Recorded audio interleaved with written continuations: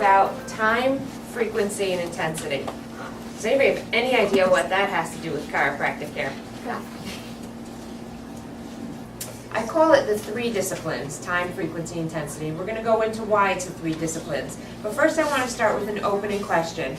Why are so many people on medications? Okay, Christine. Say it louder so everybody can hear. They try to get rid of pain. Exactly. Why else? They're misdiagnosed. They're misdiagnosed, definitely. It's easy to pop a pill and just ask whatever the problem is for a moment. It is. And what happens when you go to your medical doctor? What do they tell you to do? If you go with pain, what do they tell you to do? Tylenol.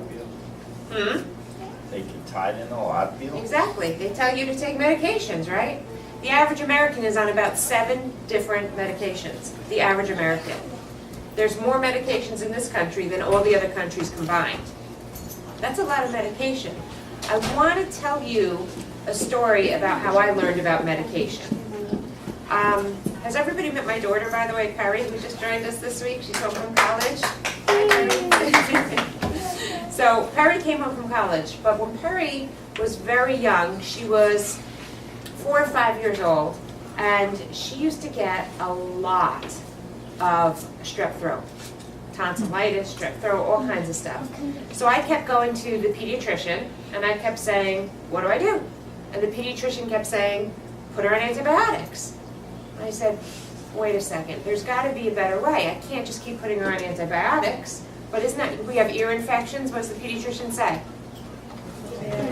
We have strep throat, we have sore throats, we have sinusitis. What do they say? Antibiotics, right? How are we doing with antibiotics in this country? Do we have a problem with them, or are they working better than ever? I think we have a problem too. Absolutely. There's so many bacteria-resistant strains these days. So now, when we get a bacterial infection, we need heavy-duty antibiotics that sometimes don't even work. And why does that happen? Does anybody know? You get immune to them? Yeah. These bugs, these viruses, actually, they learn to be resistant to the bacteria. They're smart. And so we need a stronger one and a stronger one. But for some reason, every time... Do you have a question? Why are there bugs here? No, They're not those kind of bugs. When I say bugs, I mean little viruses or bacteria. We call them bugs. Okay? Does that make more sense? Kind of. So when they get more resistant, we need stronger ones. But every time we take our kids to the pediatrician and we say, and it happened to me too, I brought my daughter for an ear infection, and the pediatrician said, yep, she's got an ear infection, here's antibiotics. And I said, wait a second. I just read recently that the AMA, American Medical Association, recommends that you watch and wait for 5 days before giving any kind of antibiotic for an ear infection. I said, is that true? And he said, yeah. I said, then why are you giving me an antibiotic right off the bat? And he said, because most people come in and they want a fix. So we give it to them. And I said, well, I don't. I just wanted to check it, make sure I know what I'm dealing with, so I can go home and try to deal with it. Now, do you know what happens when we take antibiotics to our bodies? You first. You get rid of the good bacteria and the bad bacteria. Exactly. We're wiping out all the bacteria. And we do have good bacteria in our body. So when we wipe it all out, then we need probiotics. But that's a whole other story. But in addition to that, if we don't learn to fight these bacteria naturally, we don't develop any resistance. So we can get the same things over and over. Has anybody ever been on an antibiotic and then a few weeks later, whatever it was that they were on it for came back? And that's what was happening with my little girl, Perry. She was getting this strep throat. I'd put her on an antibiotic 3, 4, 5 times a winter. She was getting strep throat. And I didn't know any better back then. So I kept listening to my pediatrician and going on these antibiotics. It got to the point where her infections got so bad that I knew she had it because it wasn't even a sore throat with her. She was vomiting. And I couldn't keep anything down. Well, she couldn't keep anything down. And I have to take her to the hospital because she would dehydrate. It was pretty bad. So I said, okay, there's got to be another answer. And again, back to the pediatrician, I said, what am I doing wrong? I have 3 daughters. One of them is suffering badly. Why? What's the difference? And you know what her answer was? Take medicine and you have to wash your hands more. I said, really? I have to wash my hands more? That's it? That's all you can give me at this point? So at that point I decided to go out and do my own research. And I talked to a lot of other people, a lot of other chiropractors, a lot of other natural doctors. And they told me what I'm telling you. If you take antibiotics every time you get something, your body does not build up an immunity. It doesn't build up a resistance. So what we did was, and again, I came out of school thinking chiropractic was for back pain, like most people think. You got back pain, you go to the chiropractor. And when people would come to me and say, oh, you have back pain? Within 2-3 weeks, they were better. No more back pain, so they were done. I had no idea how powerful chiropractic was and how it affects the body. So I started adjusting my little girl, 4 or 5 years old, and I stopped the antibiotics. And when I went to the pediatrician and she said she has strep throat, she needs them, I said, I'm not going to fill the prescription. And she looked at me like I had 2 pets. I said, I really want to fight this without the antibiotics because now I'm adjusting her. And now I'm giving her immune system the best chance to fight it. And I want her to develop a resistance. So I did. And it took 5 days. And it was the worst 5 days of my life. I'm not going to lie. It was scary. It was hard. I hated it. I adjusted her 2-3 times a day. I slept next to her at night because she had a fever, and I was scared, like any mom would be. But I had faith, and I persevered. And we got her through it without antibiotics. Now that in itself is a great miracle, but guess what happened? Anybody? Nope. A few weeks later it came back. And I was like, all right, we tried that approach. That didn't work. You know why it didn't work? Because I didn't understand time, frequency, and intensity. I got her through it one more time without antibiotics. And then she never got it again. And here she is. She's still alive. You know how they say if you have a strep infection, if you don't get antibiotics, you ain't going to make it? Your whole body's going to shut down? Proof positive. She's sitting right there, and she looks pretty good to me.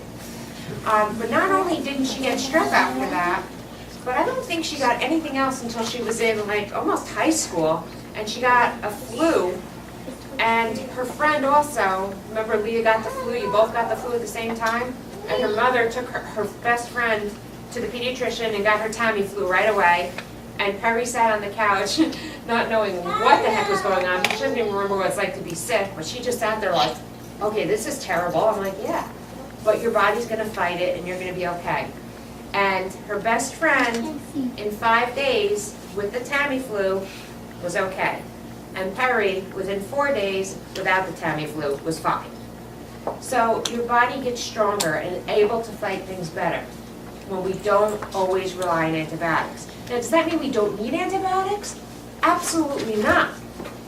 There are times we do. There are very life-threatening bacteria that we get that these days aren't responding to antibiotics because we're even using antibiotics in our antibacterial soap, the Purells, all that. We're making these bugs, these germs, so much stronger that it's harder and harder for us to fight them. We're defeating ourselves. So the less we use that stuff, and if we depend on it only for an emergency, not only are we making our own immune system stronger, but we're not allowing these bugs to get stronger and stronger, and we're helping everybody else. So please, even Bath and Body Works, everything was antibacterial. About 1.5 years ago, they realized, we're taking that out of every product. They don't have antibacterial anymore. Did anybody notice that? So even they're learning. This is not like, something I'm just pulling out of the air. This is facts, and I want you to do your research and never just take my word for it. So, again, time, frequency, and intensity. We have to understand where healing comes from. Does anybody know where healing comes from? cells. What's your answer? Not sure? I forgot what you asked. Where does healing come from? Walking when you have pain on your foot or legs. Sure, if you have pain That's on what your... my dad said. Yeah, absolutely. You want to exercise, And right? walk out. That's what Yeah, and he's not wrong. I mean, he's got a great way of saying it, but he's not wrong. Exercise really helps. Healing comes from within us. Every cell in our body is programmed for health and healing. Every cell, that's what we're born with. That's what we call innate intelligence. We're programmed for that. But when we mess with it and we don't understand what gets it going, that's when we start getting really ill. All right? All right, so what would interfere with our body's ability to heal? What would cause us not to heal? We already talked about weakening it through antibiotics. What else? Subluxation. That's good.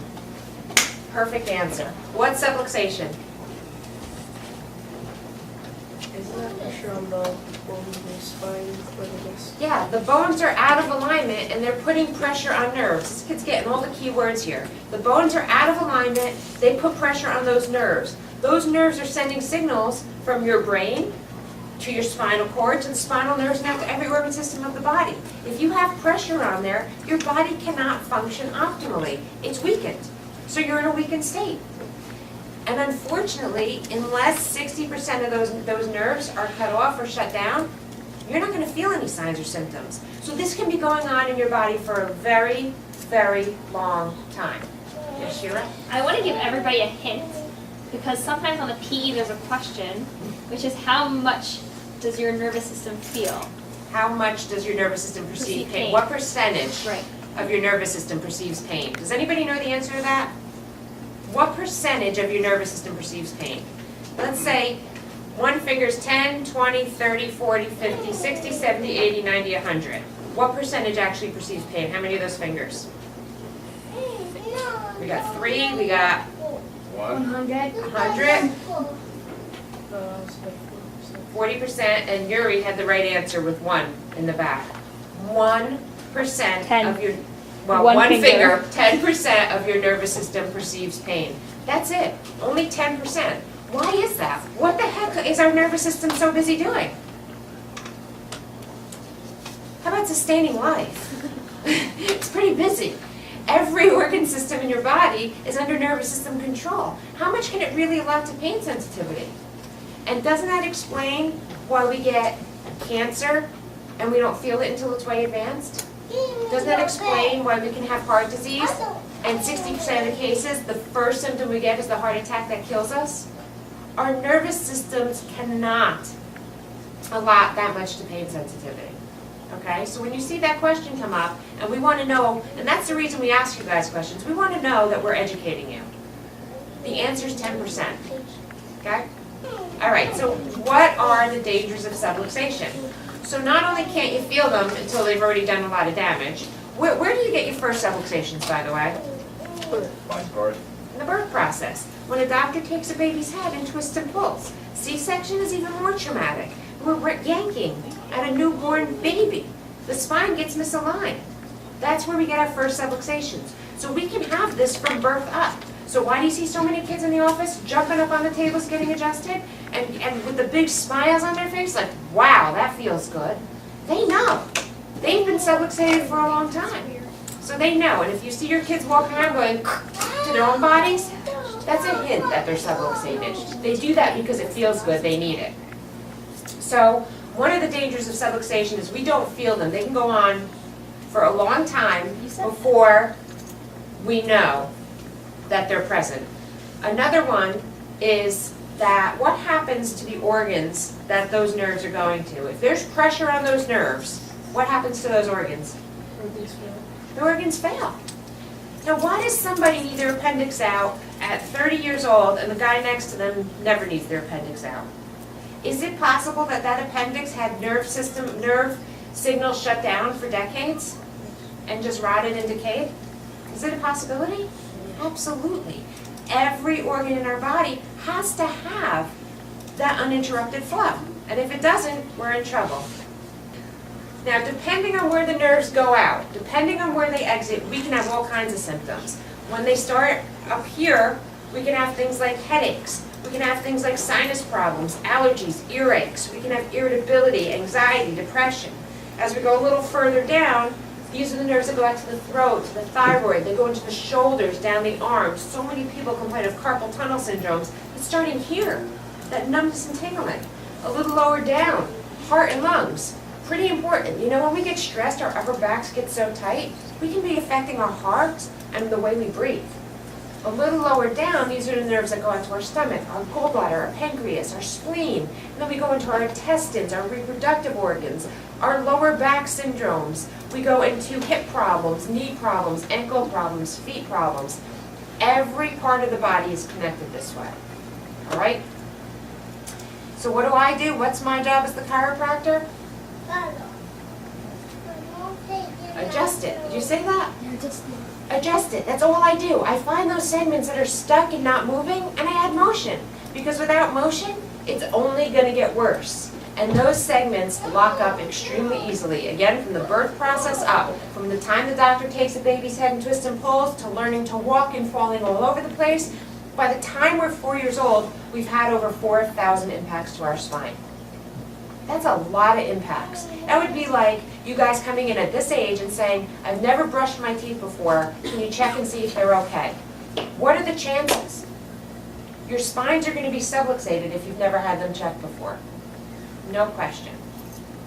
So all I do is adjust the spine and add motion. I don't treat any conditions. I don't treat headaches. I don't treat low back pain. I don't treat carpal tunnel syndrome. All I do is adjust the spine and allow the body to heal, because we know healing comes from the inside. All I do is remove the interference. How great is that? Without antibiotics, without drugs, without surgery. Cool? Okay, so let's get into time, frequency, intensity, because to be honest, those are the 3 disciplines that are necessary for anything that you want to be good at in life. And health is no exception. Time, frequency, and intensity. Think about it. If you want to be the best athlete in the world, do you need to train for a very long time? Do you need to train very frequently? Do you need to go out with your whole heart and soul and really want it? Intensity? Absolutely. How about if you wanted to be the best musician? Same. What if you wanted to be the best Rhodes Scholar? You gotta study. You gotta study hard. You know, think of going to college. You can't be like, oh, I'm just gonna give this a shot. I'll show up to classes when I want to. You know, maybe it'll work, maybe, but I'm not really gonna try because the parties are way too much fun. How would you do? Horrible. Okay, go to the next slide. So think of an area in your life where you do not need to apply these principles. All the time. There's nothing that you don't need to apply it to. And this is one of the things that as a mom, I want to instill in my children, no matter what they want to do in life. And apparently it's working, because I've got Perry over here who's at the University of Maryland in the business school, knocking the ball out of the park.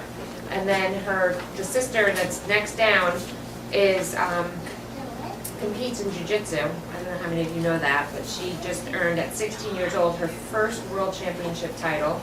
Since then, she's gotten one more, and she's going next week to compete for another one. There's an article in the paper about her right there. She travels to California. She trains in the city 3 or 4 days a week. Talk about time, frequency, and intensity. No joke, man. This girl is driven. So, you know, again, these 3 principles make world champions. That's what it takes. And how do you want to be with your health? Do you want to be a world champion? Let me ask you this. As your doctor, what is it that you expect from me? Do you expect me to follow these principles as far as continually learning about the body, taking continuing ed courses? How often do you want me to do that? Once every 12 years? Or quite a few times a year, right? And do you really want me to care? How hard do you want me to apply myself? I don't ask you guys to do anything that I'm not willing to do myself. People ask me all the time, do you get adjusted? Duh. Yeah, I get adjusted. I never get adjusted less than twice a week. I spend my days bent over tables. Do you think if I got adjusted less than twice a week, I'd be able to continue doing that after 24 years? I've got to take care of myself just like everybody else. So let's apply this to subluxation in our health. How does it apply to us and our subluxations and care in the office? Let me ask you guys a question, and I have this all the time. I have people that I say, and I have a gentleman going through this right now, God bless him, I love this man, he's so sweet. But I said to him, okay, you need to start care at 4 times a week for 2 weeks, then 3 times a week. Why that frequency? Because science has proven within 24 to 48 hours after an adjustment, you're going back to your old patterns. But some people say to me, I can't do that. I can't do that frequency. I work in the city, or I can't afford it, or whatever reason they have. So we start to negotiate. Okay, what can you do? I can do once a week. I can do twice a week. I can. Okay, that's certainly better than nothing, correct? But are you going to get the same results? And are you going to get them as quickly? You're not. So if he's not putting in the time and the frequency, and so many people that, I mean, you guys see the practice, we're booming here. We've got a very busy practice. There are people that miss their appointments and don't call us. With all the people coming in during the day, if nobody called us, if they had to miss an appointment, do you know how much we'd be on the phone? But they do it all the time. They're like, oh, you know what? And I don't think anybody in the room here does that. But think about it. Are they really taking it seriously? Are they intense about it? If they're not sitting in this room tonight learning about what else they can be doing to support their adjustments, are they really giving themselves the intensity? So we have people starting off on less frequency than we recommended. They don't call and they don't show up, they don't make up those visits. If I were giving you a cardiac pill, and I said you need to take this every day to keep your heart pumping, and you said to me, well, can I only take it 3 times a week? Well, yeah, it's better than nothing. Let me give you a better one, birth control pill. What if you took that whenever you wanted to? I mean, these principles are universal principles. They apply across the board. If you go on a diet and you say, okay, 3 out of the 7 days, I'm going to eat a little better. Are you going to get as good results? You'll probably get better results than if you ate crappy all 7 days. But really, if you want to get the best results, it requires the frequency. And when we talk about time, how long does it take? You go on a diet for a week and achieve your goals? Why on earth does the spine take so long to heal?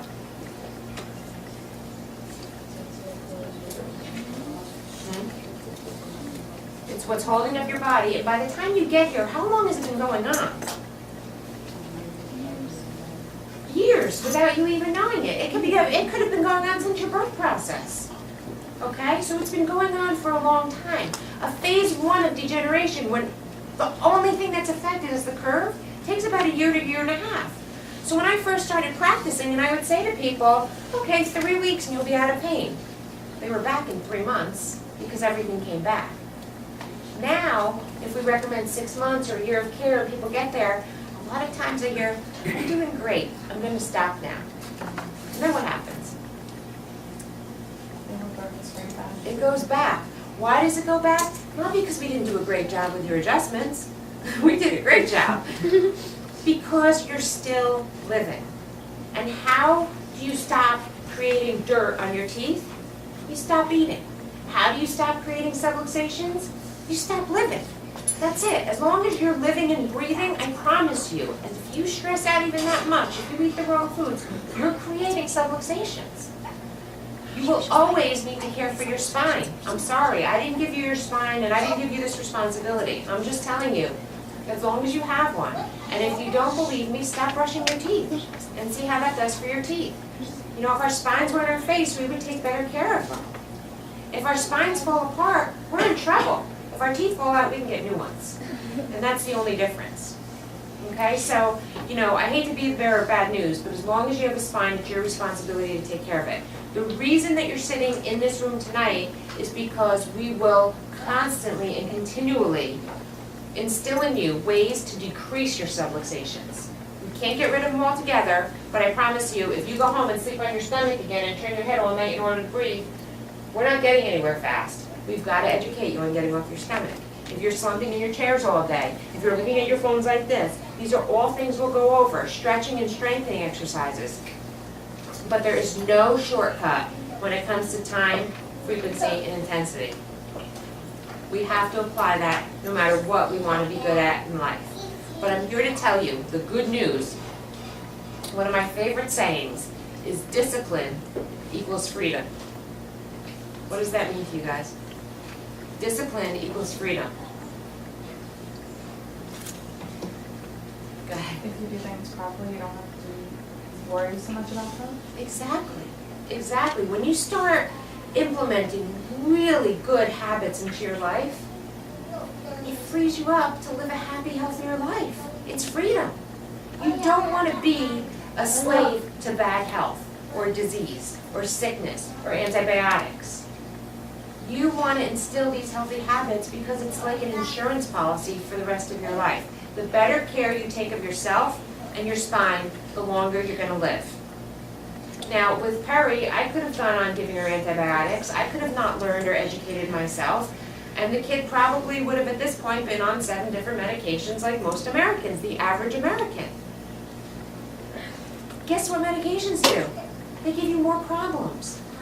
They wear down your health more quickly. It's not the answer. We have more drugs in this country than any country in the world, and our infant mortality rates are like number 33 in the world. We can't even keep our infants alive as long as we can other countries, or as well as we can other countries. We're doing something wrong. So I want you, I beg of you, take the information that you learned tonight. Look at the soaps you're using on your hand. Please make sure they're not antibacterial. Don't run every time you have a cold to the doctor to get an antibiotic. Get adjusted. Turn up the immune system. Take care of your bodies and your health. After 3 weeks of adjusting somebody and dismissing them, like I said, they're back in 3 months. I didn't change their lives at all. After 3, 4, 5, 6, 7, 8, 9, 10 years of adjusting people, major changes. Major changes in their lifestyle, in their bodies. They become grandparents. I see their grandkids, and they're all healthy. And they're living it up. And what kills me, what absolutely slays me, is when I have a wife or a husband coming in and the other party is against it, and you watch their health deteriorate. And the saddest story I ever had was a woman who was coming to me to get adjusted for years and years, and her husband's health deteriorating and deteriorating and deteriorating. And all the time we were talking about ways to get him in the office, and all the time, he won't do it, he won't do it, he won't do it. He died. I mean, he died. She came to me, she's like, my husband dropped dead. And I'm like, ugh.